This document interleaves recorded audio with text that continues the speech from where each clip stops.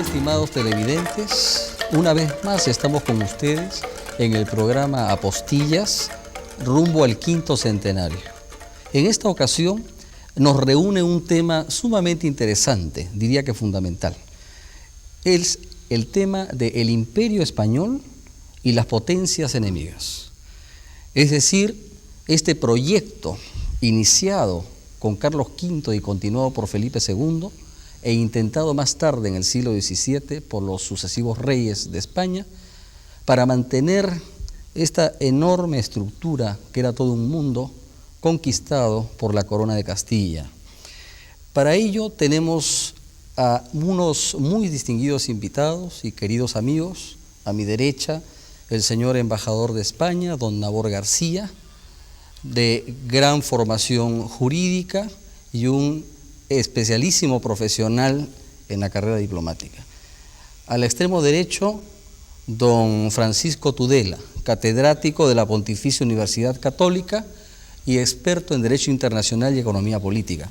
Y a mi izquierda, nuestro muy querido amigo, el doctor Andrés Aramburu Mechac, decano del Colegio de Abogados de Lima, experto en Derecho Internacional, y, por cierto, de una ilustre familia de periodistas e intelectuales, entre los cuales, tratándose de un programa de televisión, no podemos dejar de mencionar al gran periodista que fue su padre, don Andrés Avelino Aramburu Salinas, director de Mundial, esa magnífica revista de la década del 20.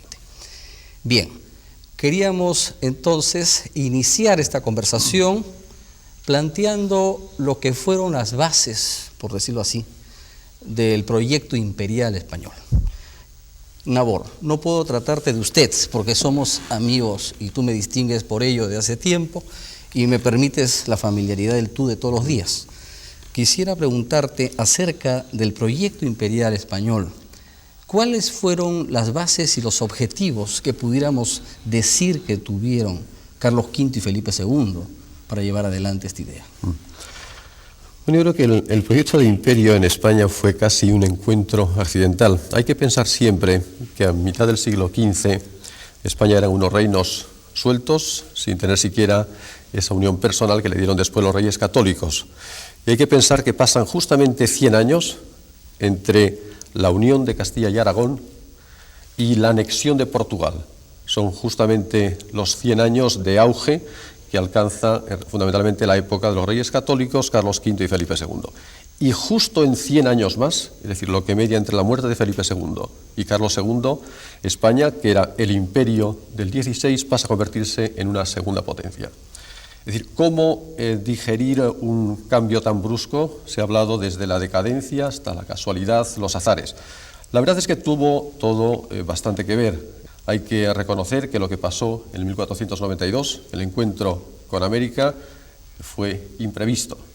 Hay que pensar que el imperio que España se labra en Europa, en Flandes, en Italia, era absolutamente inconcebible a mitad del siglo XVI. Es decir, son todas circunstancias nuevas que suponen un inmenso esfuerzo de España, de los monarcas españoles, por adaptarse y dar un contenido, dar una vertebración, dar una idea que suponga mantener juntos unos dominios tan extensos y tan dispares.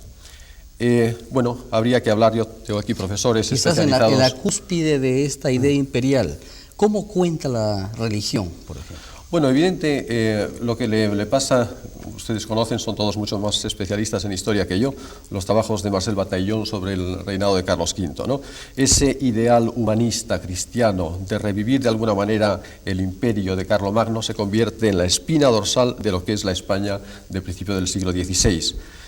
Las circunstancias y fundamentalmente lo que está pasando en Francia con los hugonotes, lo que está pasando en Inglaterra, lo que vendrá después con los intentos de independencia de los Países Bajos, hace que cambie este diseño que es más espiritual, más humanista que otra cosa, cambie y se convierta en simplemente una política de dominio, una política de fuerza para tratar de neutralizar lo que eran, pues en realidad los que se convirtieron en las potencias que después disputaron y ganaron la hegemonía de España, es decir, Francia, Inglaterra primero, Francia después con incluso la compleja relación y las complejas incidencias de las relaciones con los Países Bajos. Entonces, esa primera idea original, que es una idea amplia, una idea de un imperio cristiano humanista, se convierte después en una rígida defensa de la ortodoxia católica. Muchos dicen que eso fue lo que condenó a España, son opiniones históricas. Por cierto, en este sentido, Francisco, ¿qué podrías tú aportar sobre estos espacios en los que se va creando, forjando esta idea imperial hispánica? Sí, lo que yo creo es que se superponen dos concepciones. Una concepción del poder imperial como un poder religioso que tiene como finalidad dentro de la doctrina imperial de propugnar el catecón, esto es, evitar que llegue el anticristo, demorar la llegada del anticristo, y en ese sentido la concepción imperial española y germánica en general es una proyección de las posiciones de los gibelinos y de Dante, por ejemplo, en su Tratado de Monarquía. Un segundo elemento importante, además de esta función mesiánica del imperio, es el hecho de que cuando España se proyecta al Nuevo Mundo, y el Portugal también, no son aún estados nacionales en el sentido como lo comprendemos hoy en día. El nacionalismo no existe. La idea de unidad de lengua, de unidad de raza, etcétera, que es una idea esencialmente del siglo XIX, es una idea aún inexistente. Y entonces la idea de imperio trae necesariamente la idea de pluralidad y de pluriculturalidad. De tal manera que si a Carlos V se le hubiera preguntado, ¿es usted hispanista?, él hubiese pensado que su interlocutor estaba loco, porque él gobernaba sobre tayanes, sobre aztecas, sobre incas, sobre flamencos, sobre alemanes, etcétera, etcétera. Y este aspecto no nacionalista del imperio es muy importante porque los territorios que integran el imperio llegan al imperio por la vía dinástica. En el caso de América, evidentemente, hay el ímpetu de lo que había significado la Reconquista, con toda su visión religiosa, hoy día diríamos ideológica, con toda su especialización sociológica de los elementos que llevan a cabo la Reconquista. Esto es al final de la Reconquista, cuando España se encuentra frente a América, lo que tiene es un ejército que está luchando 500 años, un clero que ha motivado esta acción contra los moros, una política en el Mediterráneo, y esta política se proyecta hacia América. Y el mismo criterio de la repoblación que va avanzando a medida que se produce la Reconquista se aplica también a América. En el caso de Flandes, por ejemplo, en el caso de Italia, es esencialmente razones dinásticas, transmisión de territorios por la vía dinástica, no conquista en el sentido napoleónico o en el sentido que en el siglo XX tiene la palabra, sino intento de retener la herencia de un monarca, herencia personal, dentro del imperio. Carlos V percibirá que esto es imposible y dividirá el imperio. Ahora, es muy interesante también el tema de Felipe II dentro de lo que estás diciendo, porque entiendo que hay diversos investigadores que han planteado cómo el tema de la expansión del cristianismo hace que interpreten ellos, es decir, consejeros, estudiosos, inclusive hasta gente de tendencia muy religiosa en el siglo XVI, de que a España providencialmente se le da el descubrimiento del Nuevo Mundo, y de las tierras no conocidas hasta ese momento, precisamente para cumplir con la misión evangélica de llevar la verdad de Cristo a toda la tierra.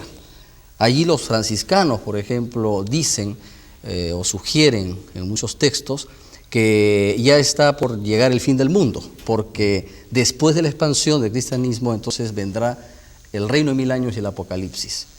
¿Esto en Felipe II gravitó, crees tú? Yo sí creo que gravitó. Hay que ver a las personas y su psicología en el contexto histórico, no juzgándolo con la perspectiva que tenemos hoy en día. Era un hombre profundamente religioso, dirigía un reino motivado por la religión, y más adelante, ya en el siglo XVII, se verá que este debate continúa con los monarcómanos, en fin, cuáles son las verdaderas razones para el bien común, para mantener el bien común como idea de sociedad, el Commonwealth, dicen los ingleses, la misma idea. Y entonces lo que sucede en esa concepción profundamente religiosa es que es una petición de principio para ver la realidad. Muchas gracias. Sin la visión religiosa no se puede ver la realidad. Me parece muy preciso tu intervención, Francisco, y quería motivarlo a Andrés respecto de todo lo que hemos conversado, que es una cosa extraordinariamente sintética, pero muy precisa. ¿Qué es lo que nos podías decir sobre lo que han dicho nuestros distinguidos invitados? El momento histórico del que estamos tratando es quizás el momento más fascinante de la historia. América, yo creo que en el siglo XVI importa poco a las otras potencias europeas. Lo que hay es la gran rivalidad entre tres jovencitos coronados, Enrique VIII, Francisco I, Carlos V, que por más primos que eran, se detestaban y trataban de arrancarse los dominios de uno a los otros. Para esto buscaban lo que Francisco ha llamado la razón dinástica. En realidad el imperio de Carlos V no se forma ni conforme al derecho internacional, sino conforme al derecho civil, el derecho de familia.